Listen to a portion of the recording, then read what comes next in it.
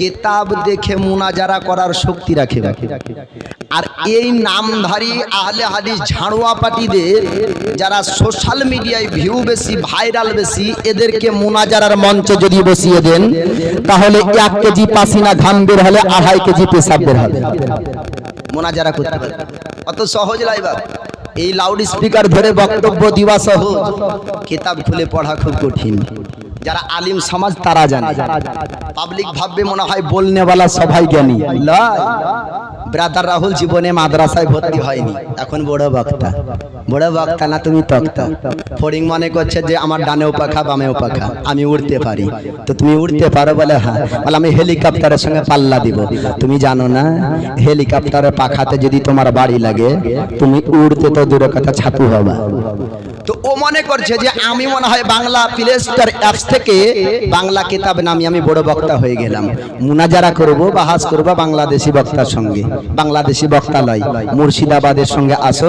তুমি বক্তা তো দূরের কথা, তক্তার নাম পরিচয় থাকবে না, ওর নামও নিশান মিটিয়ে যাবে যদি কোনো মাদ্রাসার তালিব ইলমের সাথে বসে, যে জীবনে মাদ্রাসায় পড়েনি। তো ভিউ দেখে ভড়কাবেন না, ভিউ তো সব কিছুতে হয়। হ্যাঁ, বাংলাদেশের সিদ্দিক চুরি করলো, ধরা পড়লো, বলে ভুল হয়েছে, বলে ভিউ ভাইরাল। ভাইরালটা দেখবেন না বাপ, কি বলছেন ওটা দেখবেন। সমাজকার সমাজ না ভি এক সমঝোতা হে।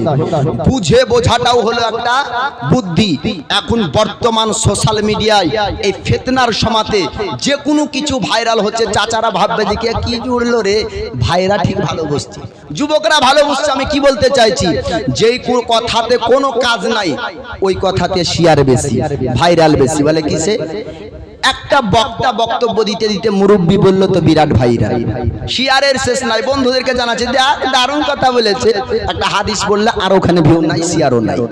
হ্যাঁ, একটা বাচ্চা ছেলে যে এখনো কষাতে আপনার এখনো বুদ্ধি পাকেনি, বাচ্চা ছেলে, ওই বাচ্চা ছেলে একটা ছোট্ট কানতে কানতে কথা বললো যে কি প্লিজ ক্ষমা করিয়ে দাও, তো বলছে কি ভিউ এর শেষ নাই। তো আল্লাহর ওলিদের মাজার জিয়ারত করা হাদিসে আছে বাপ, নবী পাক বলেন কুনতু নাহাইতুকুম আন জিয়ারাতিল কুবুর ফাজুরুহা ফাইন্নাহা তুজাহিদু ফিদ দুনিয়া ওয়া তুযাক্কিরুল আখিরাহ।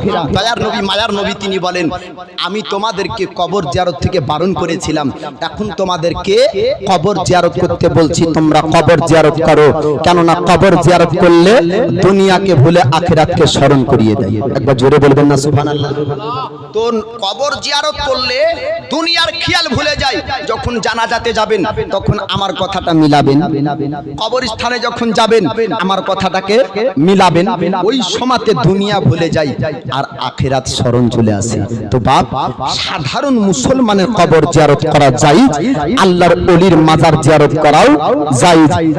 মাंगने का तरीका नहीं बोलता है खुदा कुछ देता नहीं, मांगने का तरीका नहीं बोलता है खुदा कुछ देता नहीं, मांगने से पहले वसीला बना लो, बेवसीला खुदा मिलता ही नहीं।